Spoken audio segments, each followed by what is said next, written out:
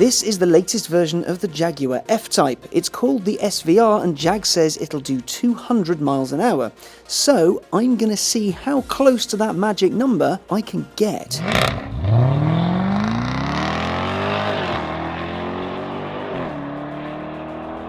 Jaguar, do your quickest. We are in VMAX mode. Power on. Hands off the paddles, car knows best. Makes hell of a good racket.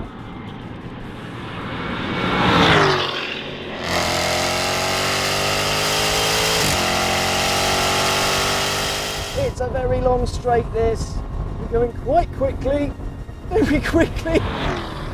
Jesus Christ, this is fast. Take the adult pills today, Goy. It's so fast. That's 150, that's 160. Keep going, keep going, keep going, keep going. 170. Come on, needle. 180. Carbon ceramic brakes. There's some runoff. That's good. Let's use all the runoff. Well, that was a bit brisk. Whew. Right, now that's done. Meet the F-Type SVR, the fastest F-Type you can buy.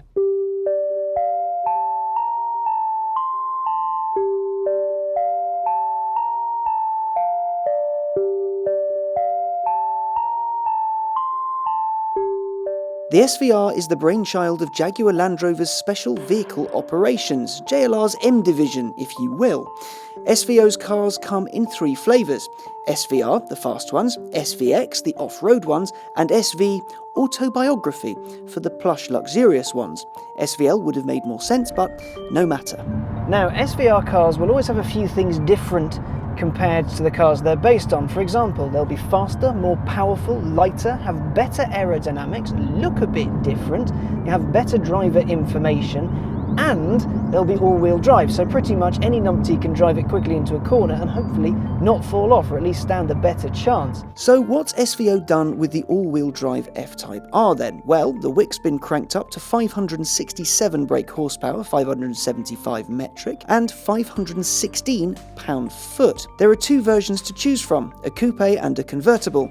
The hardtop will hit 200 miles an hour, the softtop a mere 195. Pathetic. Both hit 62 miles an hour in 3.5 seconds. Now the SVR Coupe is 25 kilos lighter than a normal, if you can call it that, all-wheel drive F-Type R. However, with a few options you can make that 50 kilos lighter. And the aero? Well, you've got a redesigned front end, a flat underbody, and an all-carbon fibre, all-active wing. Its chassis has been fiddled with, as have the dampers, anti-roll bars and springs. There are lighter wheels shod with wider tyres to make it go quicker as well. To ensure it stops properly, Jag's fitted carbon ceramic brakes. Which is good, because you'll want to hammer the throttle a fair bit to hear the titanium exhaust do its thing. Now, the standard F-Type R makes one of the dirtiest noises around, but for some people that simply isn't enough. So they get this.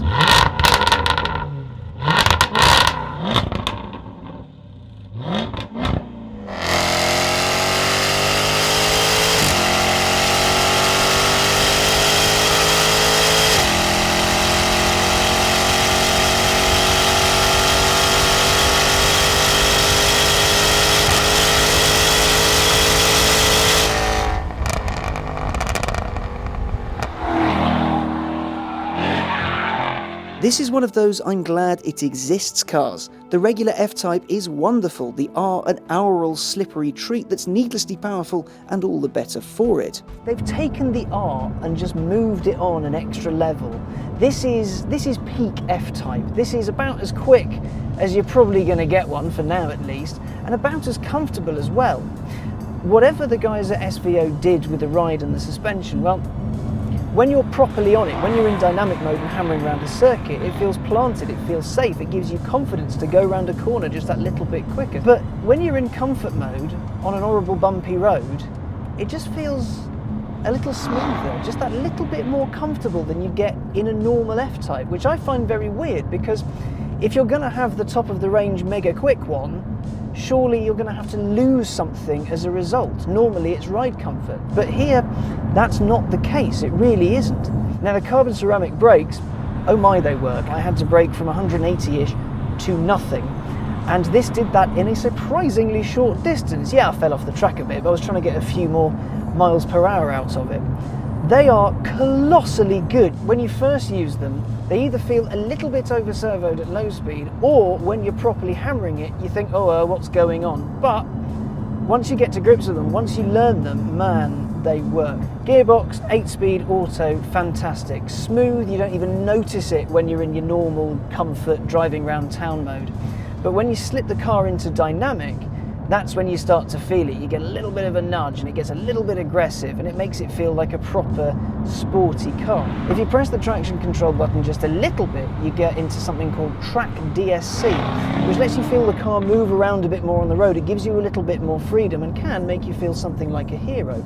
You can turn it all off, but what I will say is that it actually takes quite a bit of effort to get the SVR even feeling remotely out of shape. The kind of speeds you need to be doing are very, very high. The centerpiece of this is the drama, the sensation, the feeling that it gives you, the drive.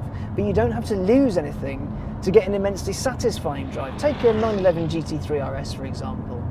It is one of the fastest, one of the bestest cars I've ever driven ever. It is truly fantastic. But driving it on a motorway made me want to harm myself because it was so loud and so bumpy and so uncomfortable, and the chin spoiler made you feel like you had to look out for every single bump just in case you ripped the front end off. And then you go to the other extreme, say an Aston Vanquish. It makes a lovely noise, it feels great, and it looks awesome. But there's something missing there. This is sort of an amalgam of the two. You have this really lovely ride, a fantastic noise, and incomprehensible speed, like world-bending speed. This is a 200-mile-an-hour car. It is that fast.